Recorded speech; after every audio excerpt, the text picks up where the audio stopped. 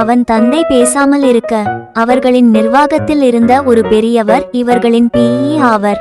அவனிடம் வந்து, தம்பி, நடந்தது என்ன என்று நான் உனக்கு கூறுகிறேன் என்று சொல்லி பேச துவங்கினார்.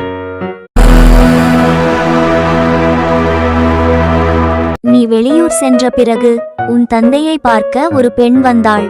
அவள், நாங்கள் பெரிய நிர்வாகம் ஒன்றை நடத்தி வருகிறோம், அந்த நிர்வாகத்தை எங்களால் தனியாக செயல்படுத்த முடியாது, அதனால் நாங்கள் உங்க நிர்வாகத்தில் இணைந்து செயல்பட விரும்புகிறோம் என்று கூறினாள். அது நீ முன்பே வேண்டாம் என மறுத்த நிர்வாகம். உன் தந்தைக்கு உதவியாக இருக்கும் என்று அவர் சரி என்று கூறினார். அந்த பெண் உன் தந்தையிடம் உன்னை ஆலோசிக்க வேண்டிய அவசியம் இல்லை என்று கூறி அவள் அவரை ஏமாற்றி எல்லா பொறுப்பையும் அவர்கள் பக்கம் மாற்றினார்கள். இப்போது உனக்கு எதுவும் சொந்தம் இல்லை. உன் தந்தையை அவர்களுக்கு பணி செய்யும் அடிமையாக வைத்து இருக்கிறார்கள். இதை கேட்ட கதாநாயகன் மனம் உடைந்து போனான். கோவத்துடன் அவன் பொருட்களை எடுத்துக்கொண்டு வெளியே புறப்பட்டான். கதாநாயகன் வெளியூருக்கு சென்று அங்கு ஒரு ஹாஸ்டலில் தங்க இடம் பெற்றான். பின்பு வேலை ஒன்று பார்த்து கொண்டான். இந்த சிறிய வாழ்க்கையை மகிழ்ச்சியாக வாழத் தொடங்கினான்.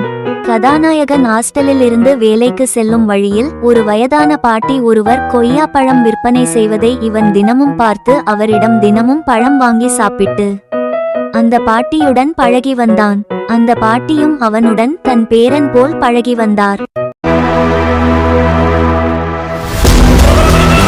ஒரு நாள் அந்த பாட்டிக்கு காய்ச்சலால் விற்பனைக்கு வரவில்லை. இதை கண்ட கதாநாயகன் அந்த பாட்டியை மருத்துவமனையில் சேர்த்தான். காய்ச்சல் குணமானதும் அவன் பாட்டியை அழைத்து கொண்டு பாட்டி வசிக்கும் வீட்டில் கொண்டு சேர்த்தான். அந்த பாட்டி அவனையும் தன்னுடன் சேர்ந்து இருக்கும்படி கூறினார்.